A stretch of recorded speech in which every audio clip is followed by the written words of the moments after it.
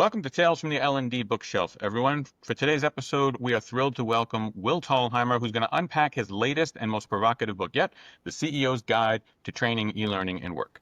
He's going to challenge us with the status quo of workplace learning, with the hard truths and hopeful insights, pulling from his decades of experience and research to show how L&D can be a more competitive advantage to an organization, not just a cost center. If you've ever struggled with learning myths, misaligned metrics, or the real impact of training, this is going to be a great conversation that's going to be a must listen to join in with us. Will, thanks so much for being our guest here today. Hey, thank you for inviting me, Dave. This is thrilling.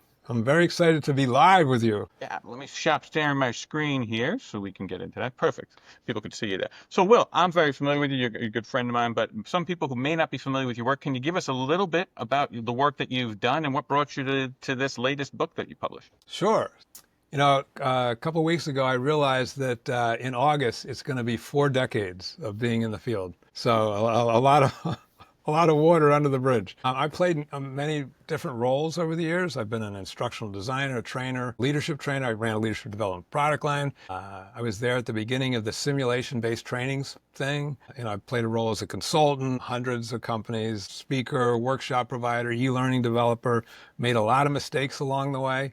I've been sort of reflecting back on my career recently and thinking about those tough times, you're a trainer, you're out there and you're trying to do something, you think you're going to make some improvement and you try it out and it completely falls flat on its face and you grab yourself. But I feel really, really lucky. I've had the ability to get a doctoral degree, human learning and cognition, an MBA, worked doing some great, sort of at the dawn of the simulation era. We were building the first leadership simulations, learned a ton from that, worked with all these clients. So I just feel really fortunate to have seen the arc of things over 4 decades. Laser discs, 30 pound personal computers, we've come a long way. Yeah, we got a lot of stories that carbon date our age in this industry for sure. So one of the things that I've always appreciated about your work is how the research-based methodologies that you bring to the work that you do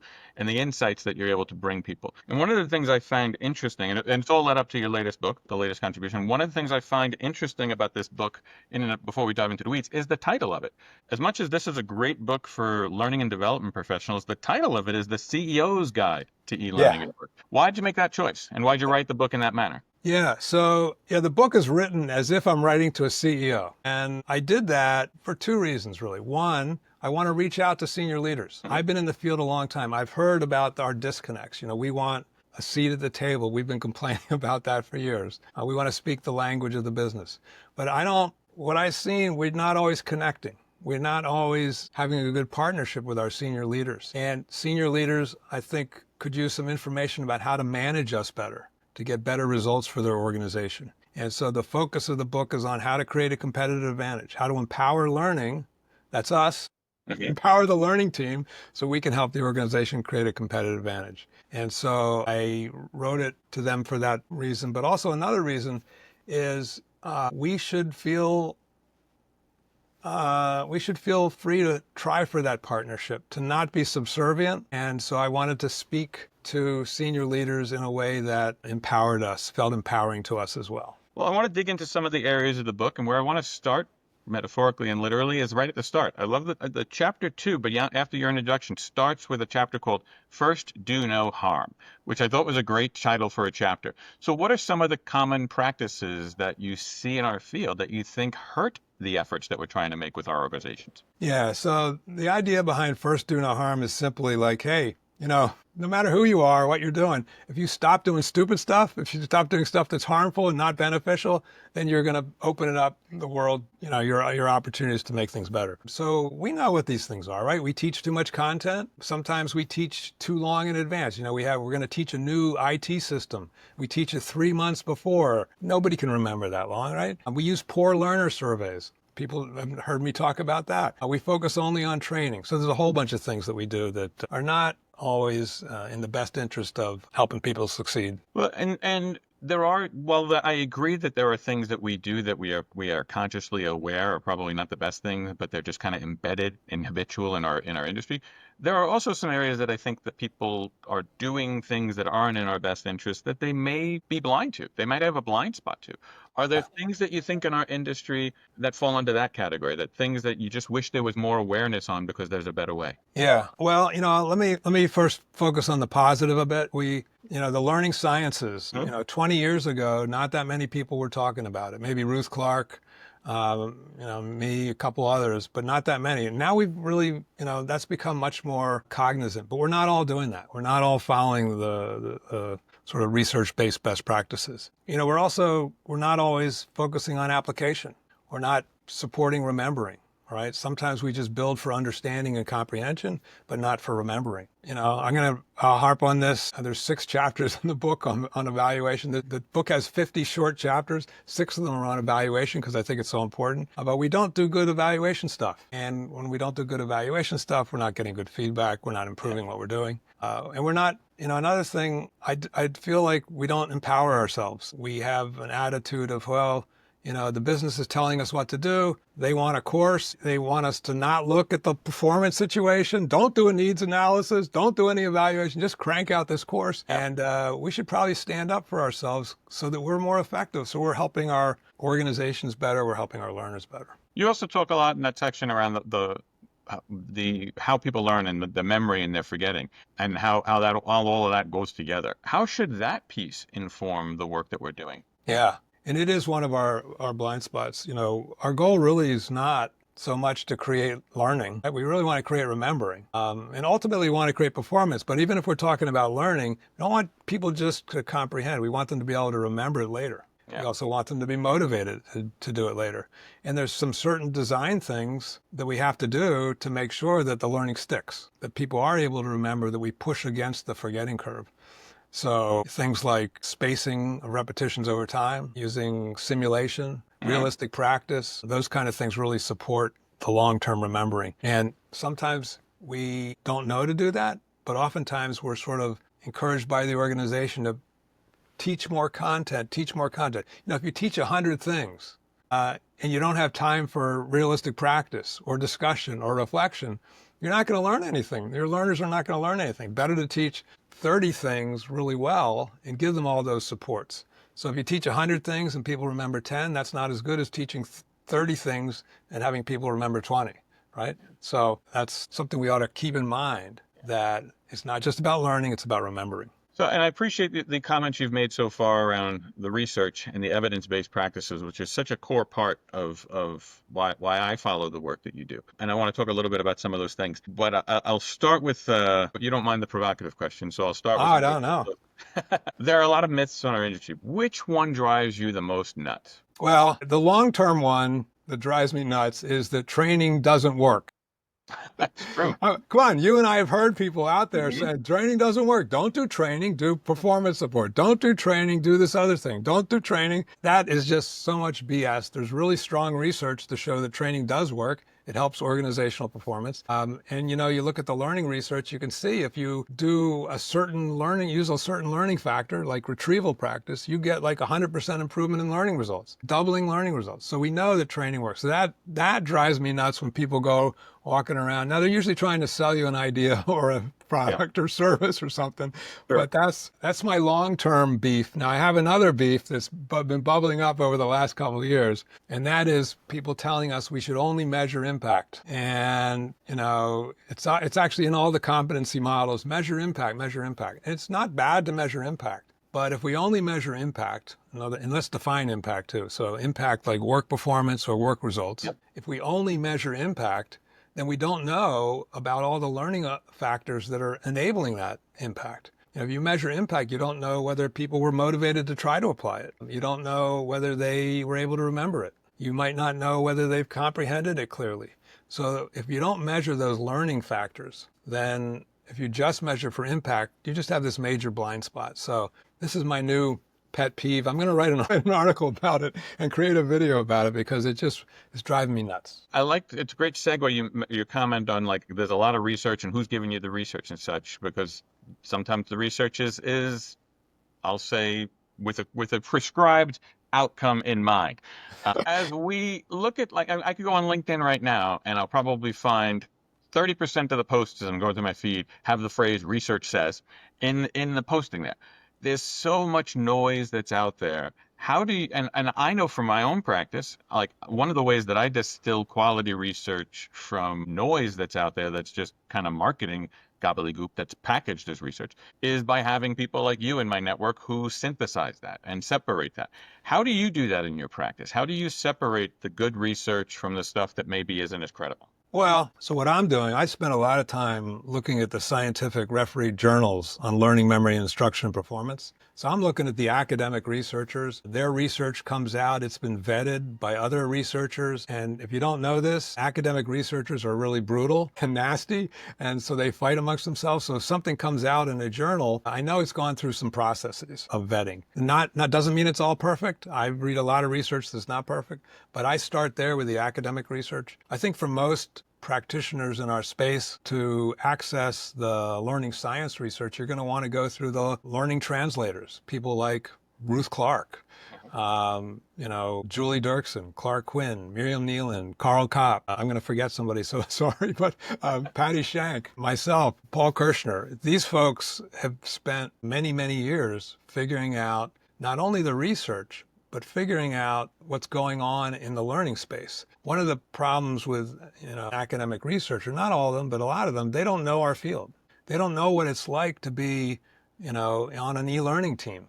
They don't know what it's like to be, projects or whatever. So the research translators know both the research side and the practice side. So I go to those folks. I recommend people go to those folks. Now, of course, that's the sort of science side of research. There's a lot of other types of research out there too. One of the kinds I talk about in the book that we ought to be a little bit careful about is when we do sort of industry research. So I've done this too, right? You create a survey, you send it out to people in the learning field, and then you get their reports. So that's really valuable from a where the market is now standpoint, to get a sense of that. The worry though is that that's not going to create for you and your organization a competitive advantage. If you're focusing on what everybody else is doing, then you're just aiming for the baseline. And sometimes we have misconceptions in our field. Learning is super complex, much more complex than rocket science, right?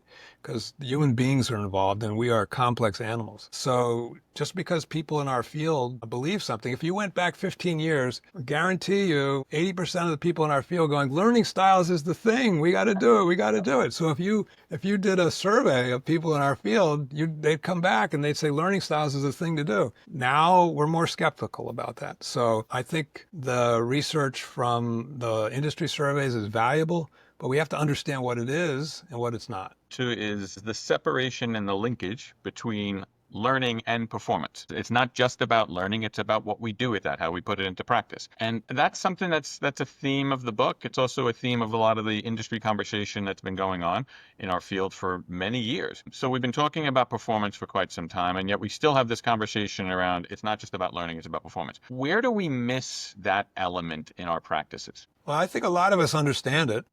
Mm-hmm. Sometimes we are suckered in by traditions, right? We have our own blind spots, but we've been talking about this for years. When I first came into the industry back in, I don't know, what was it, 80s or something? It was more focused on what happens in the classroom. It was focused on, the training, the learning. We didn't talk that much about the performance. It's sort of through the arc of my career, we've moved in that direction. But the things that we tend to do we still teach too much content. Now, that's not always our fault. Sometimes our sponsors in the organization say, hey, you got to teach these 100 things. And so we do that. We don't support remembering. What do we have to do to support remembering? Well, we have to do realistic practice. So retrieval practice and combined with context alignment. So simulation kind of stuff. We got to space things over time. Sometimes events, for logistical reasons, we want them short and sweet, but we know that learning journeys give us some more opportunities. Mm-hmm. So spacing those repetitions over time. And when I say repetitions, I don't mean rote, boring repetitions. I mean covering the same content in different ways, giving people practice, discussions, reflections, etc. We don't think about the application side as well. We don't think about the motivation aspect of that. We don't think about maybe inoculating people against the obstacles they'll face. You teach somebody something and they're gung-ho about it. Well, even if they're gung-ho about it, right, they go back to the workplace and they have all these demands. or they have a manager who's going to complain about it, or a coworker who's not quite on board. What are we doing to help people during the training to inoculate themselves against that? Not only in the general sense of, building resilience, but also what do you do if this situation happens? What do you do if this situation happens? We could do more of that. And then finally, I think knowing the work context. One of the things we've learned in the world of sort of research psychology over the past 30 years or more is that our context really impacts us. If you're in one context, you're going to think some things. If you're in another context, you're going to think other things. So one of the things we ought to do, if we really want to sort of create a competitive advantage and do what other people aren't doing, we could try to figure out what's going on in the work performance context. What are the stimuli that people are paying attention to? What are the resources? What are the challenges? And if we understand those, we're going to build better learning. And we probably even want to go beyond learning to think about other kind of performance opportunities as well. And when we think about those performance opportunities that are there tools that you're excited about? Like the type of tool, like our tool set in L&D, we have our LMS, we have our classroom, we have the historic legacy tools, but we're increasingly seeing new tools emerge that enable us to play in some of these different spaces that you're talking about. Are there any that are really piquing your interest nowadays? Yes and no. First of all, I'm not a tool guy. I don't have bandwidth to go and study all the tools, but there are some things coming along that sort of understand where we're at as a performer and give us some hints and nudges in that direction. I think it's not just about the tools though. I think it's about really understanding those work situations and then setting it up. Like, I don't know if you're going to ask me about this later, but workflow learning is an opportunity. And it's not a tool per se, although maybe it is, So when we talk about workflow learning, we're not talking about things like brown bag lunches or communities of practice, right? We're talking about learning in the work. So you do an after action review. Hey, we were on that project or we were in that meeting or that event. What went well? What didn't go well? What should we do better for next time? That's learning, right? There's experimentation, trying things out. You probably have to create some psychological safety there. There's a leadership management aspect to that. But, the scientists have studied human beings like over centuries and through our evolution. One of the things they've learned is that we are wranglers. We fight about ideas. We have our confirmatory biases, but that's okay because when we're in a group, the group says, wait a minute, Thalheimer, that's a bunch of hooey. Oh, you're right. Right. So, if we can create that kind of thing, there's pre-mortems for workflow learning. It's a Gary Klein idea that, after a bad project, we do a post-mortem to find out what went wrong. But at the beginning of the project, let's do a pre-mortem. Let's imagine we're done the project and everything's gone terrible. And we think about what could have caused that. And by doing that, we're learning what might go wrong, and we're able to overcome that. Or a pre-victorium people have added. Well, let's imagine the project went great. And then, what made it go great? And see, that's learning. One other workflow learning hack that I think is really valuable is guiding people's cognition. You get a bunch of us learning people in a room and say, hey, we're going to build a new learning program. Let's be innovative. Well, what are we going to do? We got this great team. We got diverse people, diverse backgrounds. We're going to still come up with the same thinking we've always had, right? It's just coming from our brains. But if we guided their thinking, said, hey, make sure when you're designing this that you are supporting remembering, that people are able to persevere after the learning. They're going to learn on their own, that you're going to make sure that they comprehend clearly. If you give them these hints about what to think about, then you're less liable to fall into the old traps that we get into. So guided cognition is another workflow learning hack. Those aren't, I guess they're tools, but they're not technologies like we think of, gosh, we got to talk about AI, right? Right. Yeah, AI is another conversation in and of itself, to say the least. So there's another section in the book that I want to make sure we allocate some time for around managing the learning function. That's another big focus of the book. And it's a powerful section of the book. In your opinion, what's a sign or a couple of signs that a learning leader is doing a good job managing their team and managing the learning function? So one sign is that this learning leader has created cycles of improvement. Right? Not just status quo, but setting up the team so the team can keep learning. And that involves things like good evaluation. If a learning leader is not encouraging good evaluation, and I mean going beyond completion rates, going beyond smile sheets, if they're not getting those good feedback loops, good data on how the learning is helping people learn and be able to perform. That's critical as well. Those are two key things: creating that cycles of improvement, better learning evaluation, encouraging the team to also not just be performative, not just look good, but also be good, right? Looking for improvement. Yeah. So I think those are the critical things. The last chapter in the book talks about L&D in the context of being a competitive advantage. What does that look like in your mind? When you see an organization that's L&D is a competitive advantage for them, what does that look like? Yeah. Well, I'm a learning science guy, so let me use learning science as an example. You got two learning teams. They're in the same industry. Learning team A is using the learning sciences. In the book, I share 4 examples of learning science factors. So retrieval practice, the spacing effect, simulation, and feedback. When you look at the research in those 4 areas, and I'm just using those as an example, if you do those well, you're likely to get 100% improvement in learning. With hardly, you might get 200%, but 100% improvement in learning is doubling your learning results. So you have learning team A getting 100% improvement in what people remember, and learning team B maybe getting 10%, not doing it that well. That's a major competitive advantage. If your learners are remembering twice as much than the competitor, that's a major advantage. So major competitive advantage. So, and the whole book is devoted to this idea about competitive advantage. And the reason for that is, look, we got to speak the language of the business. We can talk about things like ROI, but senior leaders don't always believe us when we talk about that. But competitive advantage is something that we can relate to. And by the way, for those who are not in a competitive industry, like if you're a nonprofit, you still have some competition between sponsors and donors. And even if you don't like the word competition, you're still competing with your baseline. So you're still trying to get better. Competitive advantage is a useful terminology, but it doesn't have to be exactly competitive. I want to shift as we get to the end of our time here. I want you to start reflecting a little bit in some of the questions here. Since you published this book, has anything surprised you? Maybe in the way people reacted to it, maybe the way they're applying it, something you didn't consider when you were writing it? Well, one of the things that when I talk to people in the L&D field and they've read the book, they go, "Oh, it's amazing." One of my surprises is a disappointment. And it's really a disappointment in myself, but I'm not an expert on how to reach out to senior leaders. And so I haven't gotten it into the hands of as many senior leaders as I would like, unless they're being secretive about it, because that could be a competitive advantage. But that's what I've sort of set myself up to do in the coming years, to figure out how to get this into the hands of more senior leaders. And it's ironic because the title's for senior leaders, even though the book's for 2 audiences, senior leaders and us as learning professionals. Yeah. So you've written a number of books in your career, and I'd love to have you back to talk about some of the other ones and reflect on those. But you've been in the field for a while. You mentioned 4 decades. What's changed as you reflect on that time period? What's changed most in our field during your career that you think most influences your current practices? Well,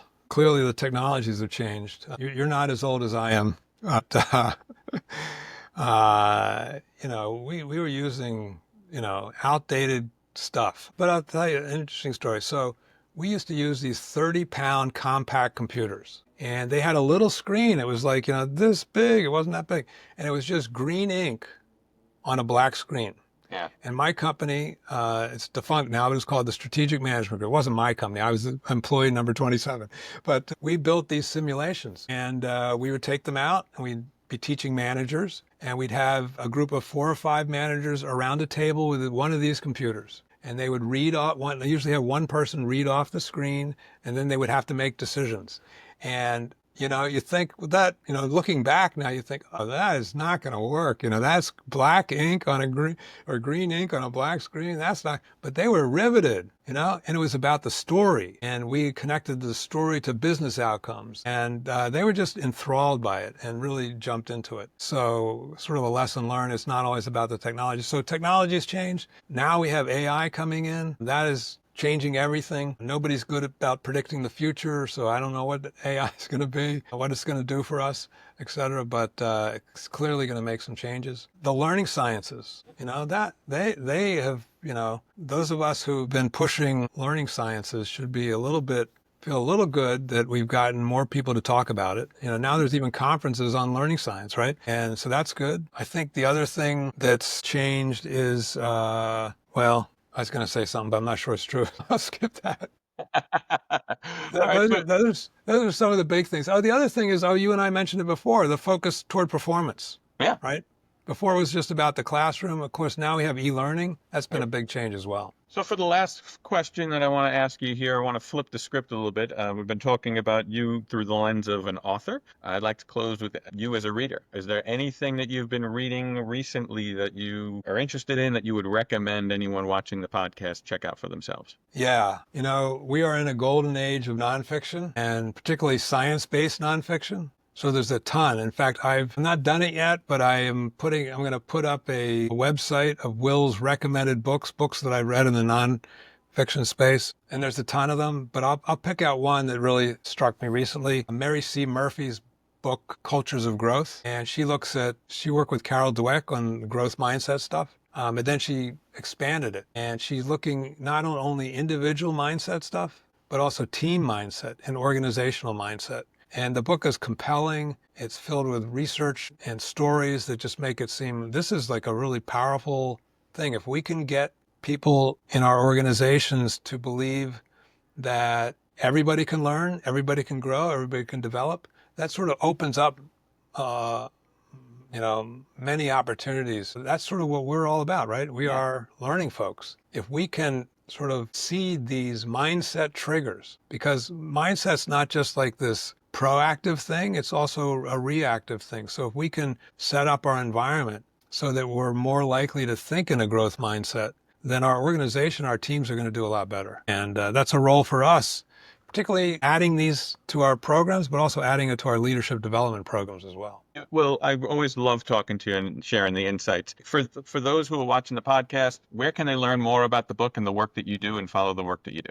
Oh, sure. Well, the book is available worldwide, Amazon, and worklearning.com is my website. And Dave, I'm gonna suggest a flip the script on you for a future one of your things. You ought to get people to interview you. You've been around, seriously, you've been around a while, and your perch as a leader in our field has given you insights, and it'd be great to hear what you have to say.